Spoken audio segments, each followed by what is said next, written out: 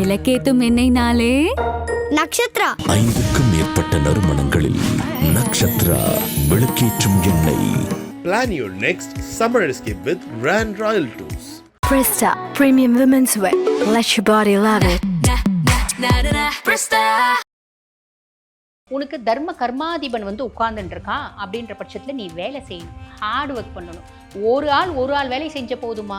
இல்லை சாமி, நீ பெரிய லெவலில் சாதிக்கணும், உன்னோட தொழிலோட கிராஃப் ரொம்ப பீக்கில் போகணும் அப்படின்னா 1 ஆள் 2 நாள் வேலையை செய், 3 நாள் வேலையை செய், நல்லது, பெரிய லெவலில் சாதிப்பேன் அப்படின்னு அர்த்தம். எனக்கு வந்து பார்த்திங்கன்னா இந்த கிளைமேட் ஒத்து வரல, எனக்கு இங்கே ஃபுட்டு அடாப்ட் ஆகலை அப்படின்லாம் சில பிள்ளைங்க திரும்பி வருவாங்க. அந்த மாதிரி உங்கள் பிள்ளை ஹோம் சிக்னஸ் அப்படின்னு வர பிள்ளைங்களும் உண்டு. அப்போ மிதுன ராசி அன்பர்களோட குடும்பத்தில் நிம்மதி, சந்தோஷம், மகிழ்ச்சி, குதூகலம், திடீர் தனப்பிராப்தி எல்லாமே இருக்கும், எந்த டவுட்டும் வேண்டாம். ஆனால் மிதுனம் ஒரு விஷயத்தில் கவனமாக இருக்கும். இந்த பிள்ளைக்கு நான் கேரண்டி, இந்த பிள்ளை ரொம்ப நல்ல பிள்ளை, இந்த பிள்ளை வந்து நீங்கள் மாப்பிள்ளை அதாவது உங்கள் வீட்டு மாப்பிள்ளைக்கு பொண்ணு தேடிட்டு இருக்கீங்க இல்லைங்களா, இந்த பிள்ளையை நீங்கள் கல்யாணம் பண்ணி கொடுங்க, குடும்ப குத்து விளக்கு அப்படின்னு நமக்கு தெரிஞ்சதை நம்ம சொன்னோம். கேரண்டி கையெழுத்து போடக்கூடாது. அந்த பிள்ளை வந்து பார்த்தீங்கன்னா கல்யாணம் பண்ணியிருப்பாங்க, அந்த பிள்ளை ரொம்ப வெளியே பார்க்குறதுக்கு அப்படி தான் இருக்குது உள்ள. அதுக்கப்புறம் கல்யாணம் பண்ணிக்கின பின்னாடி பார்த்தா எஃபியில் 100 ஃப்ரெண்டு இருப்பான், இன்ஸ்டாவில் 200 ஃப்ரெண்டு இருப்பான், பிள்ளைனோட கேரக்டரே நான் வேற அப்படின்ற மாதிரி இருக்கும். ஸ்ரீராமச்சந்திரமூர்த்திக்கு ஒரு வில், ஒரு சொல், ஒரு இல். அந்த சொல்லால் வரக்கூடிய பிரச்சனைகள், பாதிப்புகள் வராமல் இருக்கணும் அப்படின்னா நீ ஸ்ரீராமச்சந்திரமூர்த்தியை வழிபாடு பண்ணு. பொதுவாகவே வந்து பார்த்தீங்கன்னா சனிக்கிழமை தோறும் ஹனுமன் கோயில் போயிட்டு வர்றது நல்லது. பெருசாக அவருக்கு வடமாலை சாத்தணும், வெற்றிலை மாலை சாத்தணும் அப்படிலாம் இல்லை, உங்களுக்கு வசதி இருக்குன்னா செய்யலாம், போய் கும்பிட்டு வாங்க, அதுவே போதுமானது. வருகின்ற தமிழ் புத்தாண்டு மிதுன ராசிக்காரர்களுக்கு எப்படி இருக்கு? அவங்க என்னென்ன விஷயத்துல ரொம்ப கவனமா இருக்கணும்? மிதுனம் வந்து பார்த்தீங்கன்னா ஆல்ரெடி சனி வந்து பார்த்தீங்கன்னா உங்களுக்கு கர்ம சனியாக இருக்கு. 10ல் ஒரு பாவி, பொதுவாக ஜோதிடத்தில் ஒரு கருத்து உண்டு, 10ல் ஒரு பாவி ஏனும் இருக்கணும், 10ல் ஒரு பாவி இருந்தால் அரசனை போல யோகம் உண்டு அப்படின்னு. ஆனால் 10ல் இங்கே இருக்க பாவி யாரு? சனி பகவான். சனி பகவான் நேரடியாக உனக்கு சிம்மாசனத்தையும் கிரீடத்தையும் கொடுத்துருவானா? கொடுக்க மாட்டான். பேக்கெட்லேருந்து 10 ரூபாய் கொடுக்கறதுக்கு முன்னாடி கொடுக்கலாமா வேணாமா whether you deserve it or not 10 முறை அனலைஸ் பண்ணி கொடுக்கக்கூடிய ஒரே பிளானட் யாரு அப்படின்னா சனி பகவான். அப்போ 10ல் இங்கே சனி உட்காந்துட்டு இருக்கான். அப்போ என்ன அர்த்தம்? நிறைய பேருக்கு வேலை கிடைக்கும், வேலையில் முன்னேற்றம் கிடைக்கும், எல்லாமே இருக்கும். பெரிய லெவலில் நீ சக்ஸஸ் ஆகணும் அப்படின்னா ரொம்ப சிம்பிள், கர்ம சனி காலகட்டத்தில் நீ அதிகப்படியாக உழைக்கணும். ஏன்னா சனிக்கே ஒரு கேரக்டர் உண்டுமா, ஒவ்வொரு பிளானட்ஸ்க்கும் ஒரு சைக்காலஜி இருக்குது. இப்போ எனக்கு எப்படி ஒரு சைக்காலஜி இருக்குது, உனக்கு எப்படி ஒரு சைக்காலஜி இருக்குது, நம்மளோட மனோநிலை அப்படின்றது ஒன்று இருக்குது பார்த்தீங்களா, அந்த மாதிரி கிரகங்களுக்கும் மனோநிலை அப்படின்றது இருக்குது. அப்போ சனியை பொறுத்த வரைக்கும் ரொம்ப உழைக்கிறவங்கள சனிக்கு ரொம்ப பிடிக்கும்.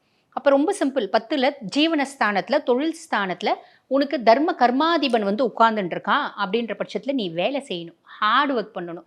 ஒரு ஆள் வேலை செஞ்ச போதுமா? இல்லை சாமி, நீ பெரிய லெவலில் சாதிக்கணும், உன்னோட தொழிலோட கிராஃப் ரொம்ப பீக்கில் போகணும் அப்படின்னா 1 ஆள் 2 நாள் வேலையை செய், 3 நாள் வேலையை செய், நல்லது, பெரிய லெவலில் சாதிப்பேன் அப்படின்னு அர்த்தம். இப்போ பொதுவாக வந்து பாருங்கம்மா, மிதுனம் அவங்களோட ராசி அதிபன் யாருன்னா Budhan Bhagavan. Always they will prefer smart work. I don't like to do hard work, always I will prefer smart work அப்படின்ற மைண்ட் செட் தான் இருக்கும். இந்த காலகட்டம் சளிக்கிட்ட அது செல்லுபடியாகுமா? செல்லுபடியாகாது. அப்போ நீ என்ன பண்ணணும்? ஹார்ட் ஒர்க் அப்படின்றத பண்ணணும், வேர்வை சிந்தணும், இல்லைன்னா மூளையாவது கசக்கி நீ புழியணும். அப்போ சனி உனக்கு நல்லது செஞ்சிடுவா.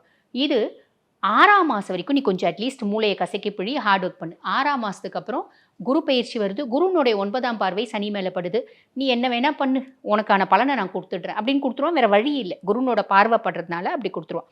அப்போ ஹார்ட் ஒர்க் 6ஆம் மாதம் வரைக்கும் அட்லீஸ்ட் பண்ணுங்கள். அதுக்கப்புறம் உங்களோட மூளையை வச்சு நீங்கள் செய்வீங்க பார்த்தீங்களா, அந்த வேலையை செய்யுங்க, பெருசாக பிரச்சனை இல்லை அப்படின்லாம். அதுக்கப்புறம் ராகு பகவான் 9ஆம் பாவம் அப்படின்றது பாக்கியஸ்தானம். பாக்கியஸ்தானத்தில் ஒரு ராட்சஸ் என்ன பண்ணுவான் அப்படின்னா நிறைய மிதுன ராசி அன்பர்களுக்கு வெளிநாடு போகிறதுக்கான பிராப்தத்தை ஏற்படுத்தி கொடுத்துரும்.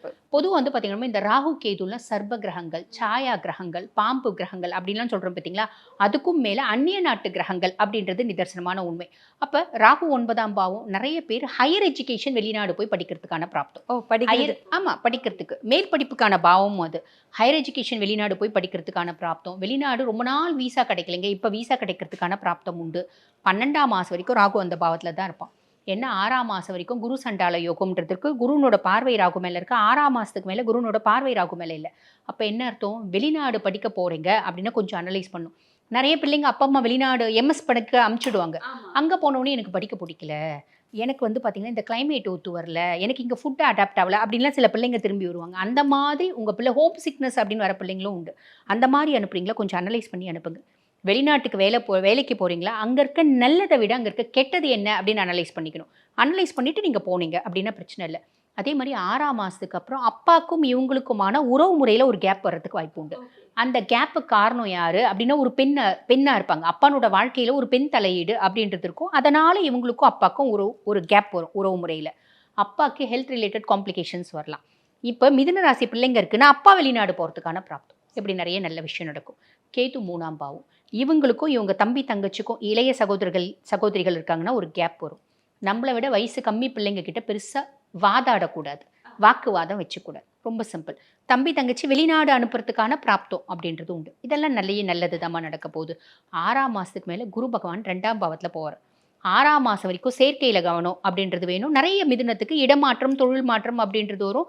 நிறைய மிதுன ராசி அன்பர்கள் அவங்களுடைய பேஷனுக்கும் சிறகுகள் கொடுக்கக்கூடிய காலகட்டம். என்னோட ப்ரொஃபஷன் டாக்டர்மா, என்னோட பேஷன் வந்து ஃபேஷன் டெக்னாலஜி, அதுக்கு நான் ரெக்க கொடுக்குறேன், அதையும் நான் செய்கிறேன் அப்படின்ற ஒரு அமைப்பு 6ஆம் மாதம் வரைக்கும். 6ஆம் மாதத்துக்கு அப்புறம் குரு 2ஆம் பாவத்தில் போகிறான். இது வந்து பாருங்க, குரு குடும்ப குருவாக இருக்கார். அப்போ மிதுன ராசி அன்பர்களோட குடும்பத்தில் நிம்மதி, சந்தோஷம், மகிழ்ச்சி, குதூகலம், திடீர் தனப்பிராப்தி எல்லாமே இருக்கும். எந்த டவுட்டும் வேண்டாம். ஆனால் மிதுனம் ஒரு விஷயத்தில் கவனமாக இருக்கணும்.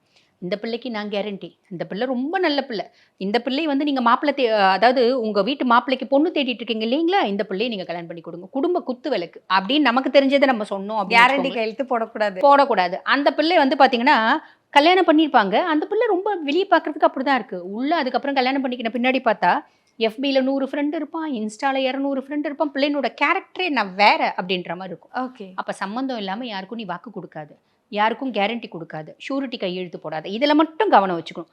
காரணம் என்ன அப்படின்னா, மிதுன ராசி அன்பர்களுடைய ராசி அதிபன் புதன் பகவான். குரு அவங்களுக்கு பகை கிரகம், பாதகாதிபதி அப்படின்றதுனால வாக்கு கொடுக்கக்கூடாது. அதில் மட்டும் கவனம் வச்சுக்கணுமா, மற்றபடி சூப்பராக இருக்கும். மிதுன ராசிக்காரர்கள் படிப்பிற்காக, அதாவது மேல் படிப்பிற்காக வந்துட்டு மேலிடங்கள் போவாங்க அப்படின்னு சொல்லியிருந்தீங்க. கேரண்டி கையெழுத்து யாருக்கும் போடக்கூடாது, யாருக்கும் வக்காலத்து வாங்கக்கூடாது மிதுன ராசிக்காரர்கள் சொல்லியிருக்கீங்க. அது எத்தனை நாளைக்கு தொடர்ந்து வந்துட்டு இந்த 6 மாதம் மட்டுமா, இல்லை அந்த 6 மாதம் அடுத்த குரு பயிற்சி வரைக்குமே? அடுத்த குரு பயிற்சி 2027 குரு பயிற்சி நடக்க போகுது பார்த்தீங்களா, அது வரைக்குமே ஏறக்குறைய 2027 5ஆம் மாதம் வரைக்குமே இதில் வந்து காஷியஸாக தான் இருக்கணும். ஓகே. இப்போ மிதுன ராசிக்காரர்கள் இந்த விஷயங்கள்லாம் பண்ணுவாங்க. சில பேர் வந்துட்டு வீடு கட்டுவாங்க, பொருளாதாரத்தில் வந்து வளர்ச்சி இருக்கும். இவங்களுக்கு என்ன மாதிரியான மாற்றங்கள் இருக்கும் பொருளாதாரம்? குடும்பத்தில் நல்ல பொருளாதாரம் அப்படின்றது இருக்குமா. ஏன்னா தனஸ்தானத்தில் குரு இருக்கார்ல, தனஸ்தானத்தில் முழு சுபர் இருக்காரு, பொன்னர் இருக்காரு. ஆட்டோமேட்டிக்காக காசு வந்து செலவு நிறைய இருக்குங்க, பட் இருந்தாலும் வருமானம் வருது, பெருசாக எங்களுக்கு கையை கடிக்கல அப்படின்ற அமைப்பு. அப்போ காசு பணத்துக்கு பெருசாக பிரச்சனை இல்லை, அது நல்லா தான் இருக்கும், கவலைப்படணுன்ற அவசியம் இல்லை. ஓகே. மிதுன ராசிக்காரர்கள் வழிபடணும் அப்படின்னா எந்த கடவுளை வழிபடணும்? பொதுவாகவே மிதுனம் வந்து பார்த்தீங்கன்னா கம்யூனிகேஷனுக்குனே ஒரு ராசி அப்படின்னா மிதுனம் தான். வாய் தான் அவங்களோட மூலதனம் அப்படின்லாம். பயங்கரமாக பேசுவாங்க, நல்ல புத்திசாலிகள் அப்படின்னு சொல்லலாம். ஏன்னா ராசி அதிபன் புதன்றனால புத்திசாலித்தனம் டிஃபால்ட்டாகவே இருக்கும். பட் என்ன அப்படின்னா மிதுனம் அக்கேஷ்னலி வருஷத்துக்கு ஒரு முறை 2 வருஷத்துக்கு ஒரு முறை பேச்சால மாட்டும். சாதாரணமாக ஒரு வார்த்தை பேச போவாங்க, அதுக்கு மற்றவங்க என்ன பண்ணுவாங்க, கண்ணு மூக்கு காது வாயில வச்சு அவங்கள மாட்டி விடுவாங்க. அப்போ மிதுன ராசியில் நீங்கள் பிறந்துட்டீங்களா, எப்பயுமே பெருமாளனோட 10 அவதாரத்தில் ஏதாவது ஒரு அவதாரத்தை நம்ம வழிபாடு பண்ணணும். முக்கியமாக நான் சஜஸ்ட் பண்ணுறது என்ன அப்படின்னா ஸ்ரீராமச்சந்திரமூர்த்தியை வழிபாடு பண்ண சொல்லுவேன். ஏன் அப்படின்னா ஸ்ரீராமச்சந்திரமூர்த்திக்கு ஒரு வில், ஒரு சொல், ஒரு இல். அந்த சொல்லால் வரக்கூடிய பிரச்சனைகள், பாதிப்புகள் வராமல் இருக்கணும் அப்படின்னா நீ ஸ்ரீராமச்சந்திரமூர்த்தியை வழிபாடு பண்ணு. அவருக்கு எத்தனையோ மந்திரங்கள் இருக்குது, எதுவுமே இல்லை அப்படின்னாலும் ராம நாமம் அப்படின்றது உன்னதமான நாமம். ராம ராம ராம ராம ராமா அப்படின்னா கூட போதும், உனக்கு நல்லது. அந்த ராம் அப்படின்னு சொன்னாலே போதும் அப்படின்னு சொல்றீங்க.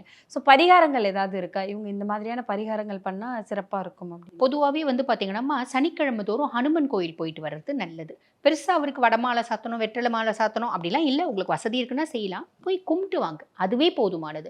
ஹனுமன் கோயிலுக்கு போகும்போது ராம நாமம் சொல்ல மறக்காதீங்க. எவ்வளோ நேரம் ஹனுமன் கோயில் இருக்கீங்களோ அவ்வளோ நேரமும் உங்கள் வாய் ராம ராம ராம ராமா அப்படின்னு கூப்பிட்டுட்டே இருக்கணும். அது ரொம்ப உச்சிஷ்ட பலன்களை கொடுக்கும். சிறப்பு. நன்றி. நன்றி. விளக்கேத்தும் எண்ணெய்னாலே நக்ஷத்ரா. 5க்கும் மேற்பட்ட நறுமணங்களில் நக்ஷத்ரா விளக்கேற்றும் எண்ணெய். Plan your next summer escape with Grand Royal Tours. Presta Premium Women's Wear. Let your body love it. Presta.